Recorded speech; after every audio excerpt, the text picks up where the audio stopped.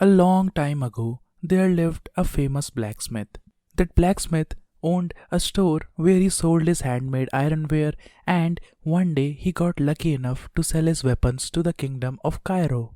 Amidst an endless war, it was an incredible chance for him to raise his status. After the war, that blacksmith was awarded the position of a baron, and that blacksmith is the owner of this land. And he is also Master Roman's father.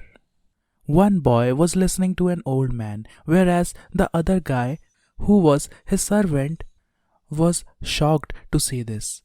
And he was even asking to himself that why is he listening to the story which everyone in the estate knows.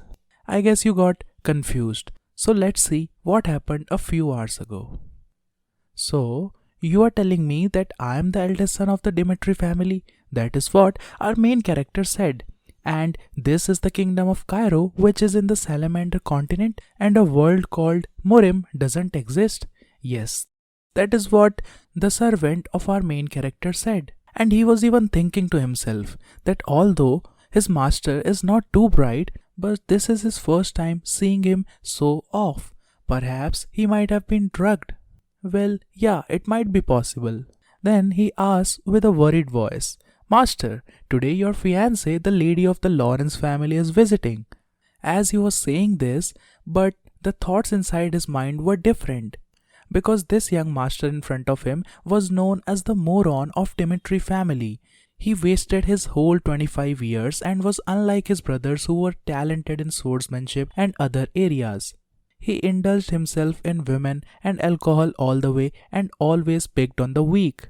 He then asks our main character, or you can say the moron of the Dimitri family, that the lady of the Lawrence family values elegance and manners. So preparing beforehand is, well, before he could complete his sentence, our main character coldly tells him something, and that is, there is something more important than that.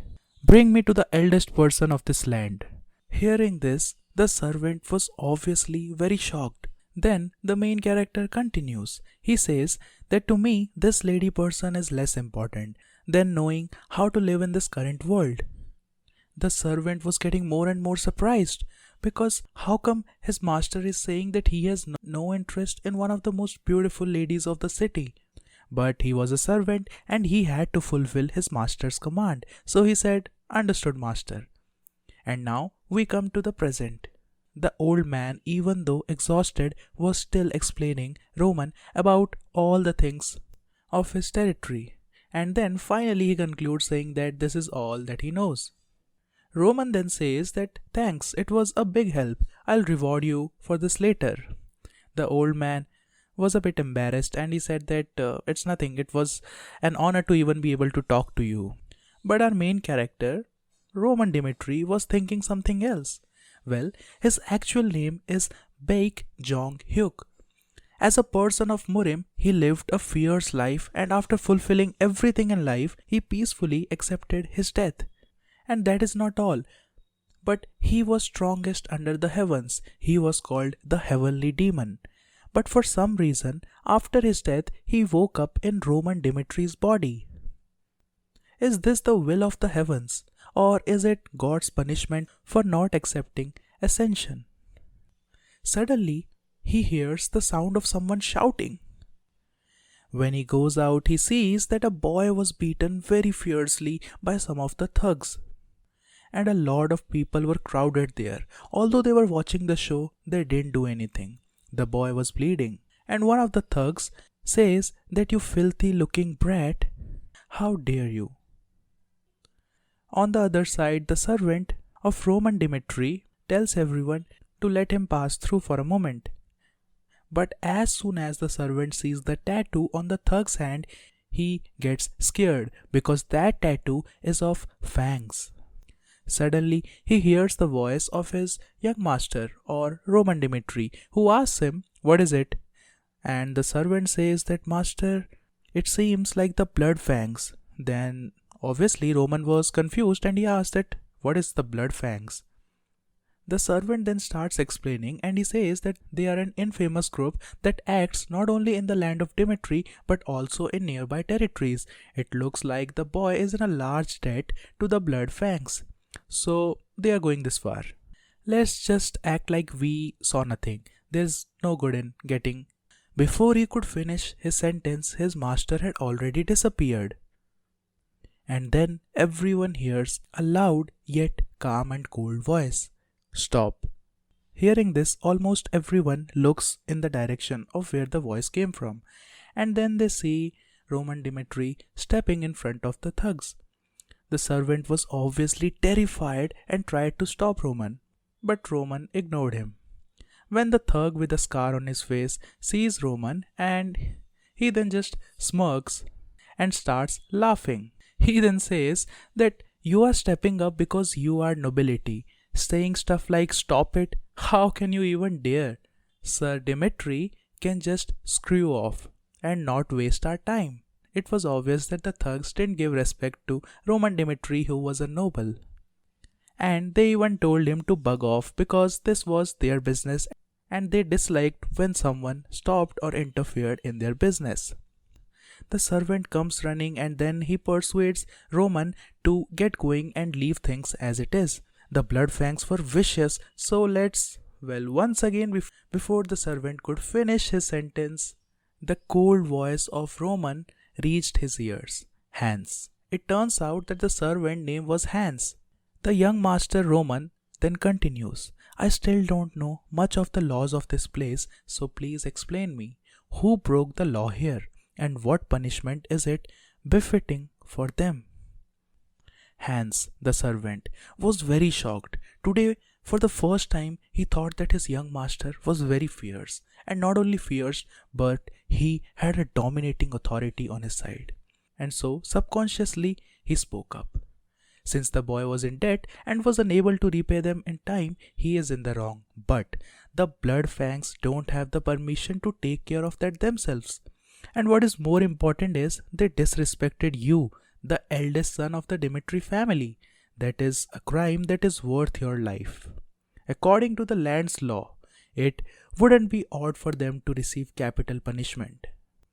As soon as his words finished, it was a weird and tense atmosphere. The thugs were looking towards Roman and his servant Hans. Then Roman calmly says, Did you hear that? You have broken this land's law. And then he picks up a stick, a small stick. He then continues, Thus, I, the eldest son of Lord Romero Dimitri, will punish you all. This time, the thugs were frustrated and they said, I understand that you are a noble who doesn't know how the world works, but you are putting us in a real tight spot. If you talk to us, the members of the Blood Fangs, one more time, then we won't be polite. Saying this, they had already unsheathed their weapons. But Roman was not scared and he even said, That proves it. The man who was the leader of this group of thugs then asked, What are you saying?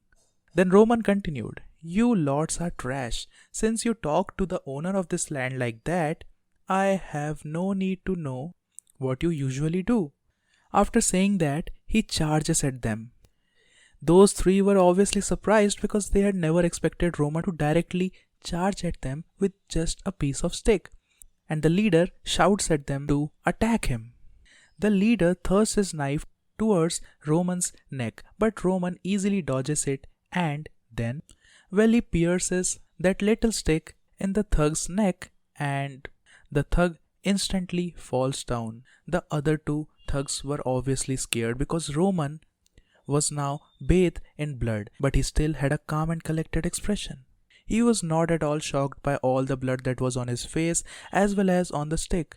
But as they were thugs and they were used to this brutal lifestyle, they didn't stop. Instead, they charged at Roman. Hans, even though surprised, was still a bit scared and worried about his master.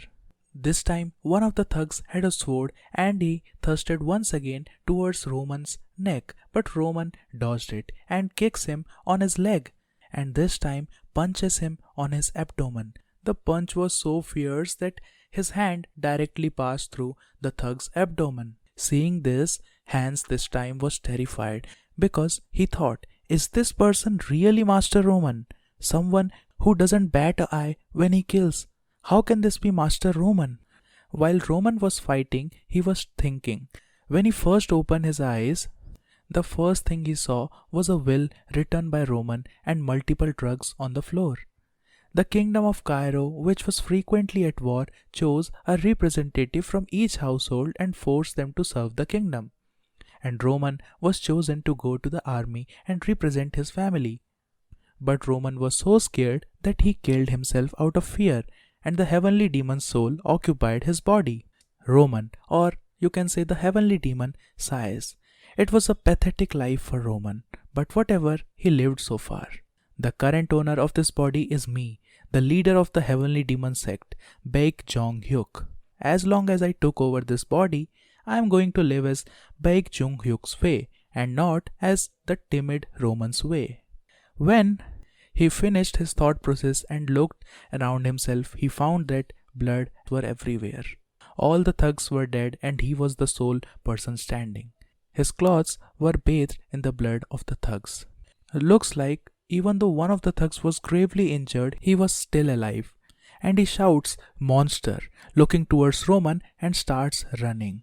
Roman grabs his head from behind and then says, in order for a group to act accordingly, there is a need to enforce the law.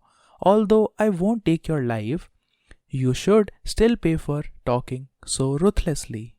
And then Roman does something so brutal that even though the thug was alive, he felt that he were dead.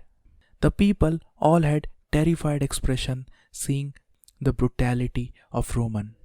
Even though they had lived in fear for the blood fangs, for the first time they felt pity in front of such a monster. As they were feeling fear down to their bones, they hear a cold yet loud voice. My name is Roman Dimitri. If any of you didn't like the punishment I gave them, then you can come look for me anytime. Just who was Baek Jong-hyuk? He climbed to the pinnacle of Murim with overwhelming power. Hundreds and thousands of martial artists had defied him and gotten massacred. When their blood formed a river, the world acknowledged that the heavenly demon sect controlled the Murim world. But now, he had to go back and forth multiple times just to take care of a few street rats. Hans, he calls out his servant. Hans was shocked and instantly replies, yes. Then Roman says that call the guards, report them what happened here and tell them to get some people to look into it. Hans, even though shocked, replies okay and then runs to get the guards. Roman looks towards his hand and realizes that he really has a useless body. It doesn't have much ki and its flow is also horrible. He had to hurry up and gather information and go through skeletal modification. While he was thinking all this, he suddenly hears a stuttering sound of a boy. Master, thank you for saving me, really. Turns out it is the boy who was getting beaten up by those thugs. He was thanking. Roman looks at him and says, don't get the wrong idea. I didn't do it to help you. The blood fangs broke the law and I just punished them for it. And you are not an exception. So you are going to have to explain yourself without a single lie if you want to keep your tongue. The boy who was beaten badly says that he understands. He then starts explaining that his parents borrowed money from Bloodfang to buy land for farming. They could have easily been able to repay them if they sold their crops, but those Bloodfangs, they destroyed all of their crops, so they couldn't repay them. And later he learned that those people did this because they were after his younger sister. This world was not fair. Even though they didn't have much, they would never have troubled anyone. So he begged him. He begged him to please at least save his little sister.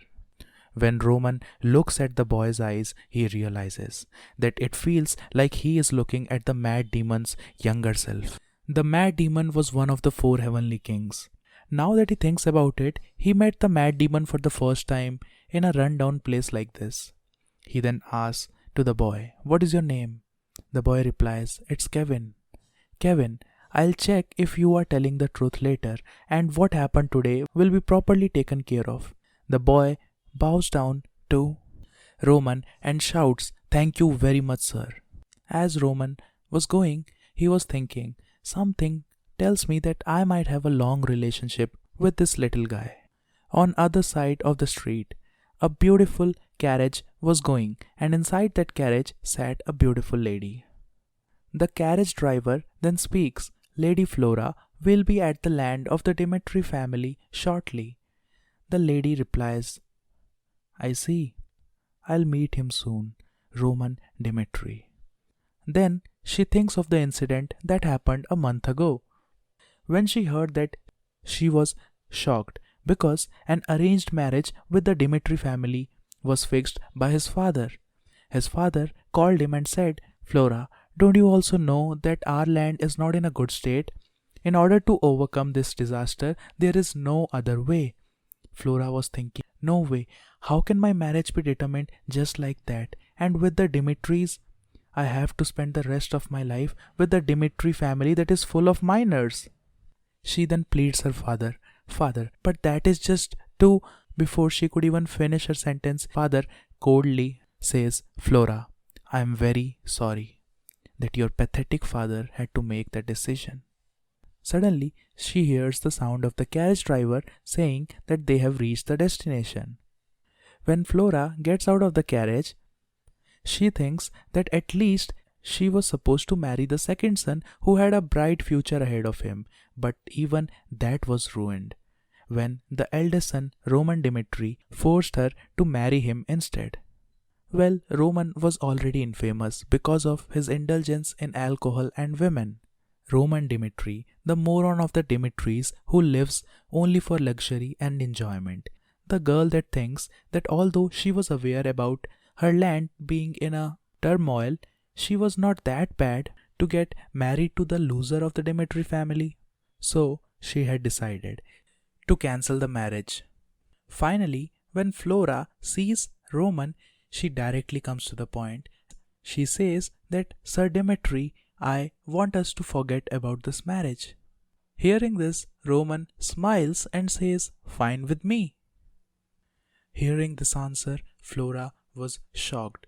She was shocked to the core because she had never imagined the Roman Dimitri who forced himself to marry her would directly agree with her. She had thought of a lot of excuses, but looks like it was all useless. As she was thinking, she hears Roman's voice. "I have heard about this marriage as well, and the moron of the Dimitri wouldn't dare to marry someone like you, so I believe that it is right to cancel this marriage." Even though Flora came to reject this marriage, she was still shocked. Then Roman says that since this is an important matter, I'll go tell my father immediately. But then Flora was obviously scared and instantly says to wait for a second.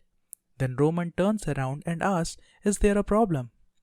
Flora says that I heard this happened because you really wanted me. Then why are you willing to cancel the marriage without any conditions? So I'm a bit confused. Then Roman calmly says, "Then do you want to marry me?" Flora once again stutters and replies that, "Well, not really." Then Roman says, "Let's not cause each other any more trouble. We've both agreed to cancel the marriage. That's all there is to it. Also, I'll be taking full responsibility for breaking the engagement, so you don't have to worry. Since for me, who is called the moron of the Dimitris, it is not that big of a problem to also be called a divorced man." Flora was getting more and more shocked because the man in front of him was not the lecher Roman Dimitri. Instead, he had a majestic aura around him. Was he really that rumored moron? Roman then goes to his father's office and directly tells him that he wants to cancel the marriage. His father was so angry that he broke the table and shouts, "What are you saying? Cancel the marriage? Have you gone mad?" Roman calmly explains, "It is just what I told you. I already told the lady of the Lawrence family too." His father's voice was shaking because of anger. He shouts that he was a stupid brat. Even though the people called you the moron of the Dimitris, I tried to provide you with a good environment as a father. The marriage with the Lawrence family is the best way for us Dimitris to gain a proper position as nobility.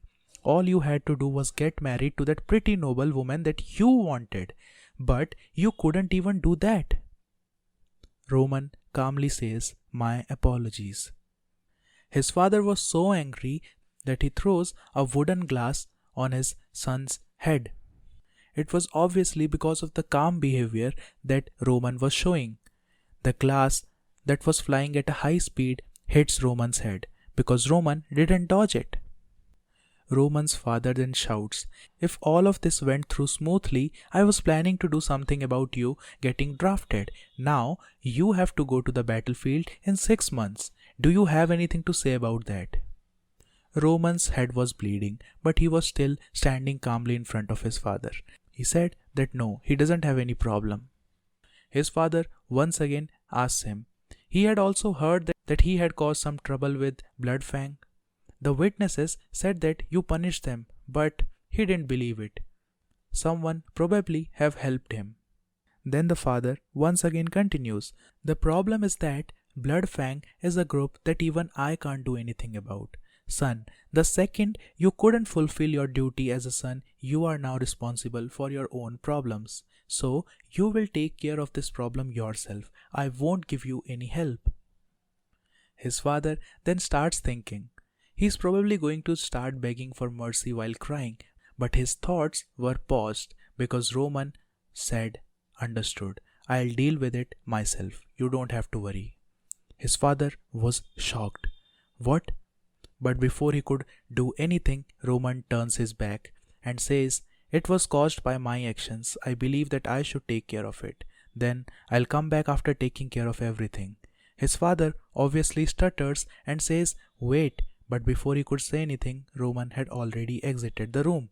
He takes out a clean handkerchief and wipes the blood that was coming from his head.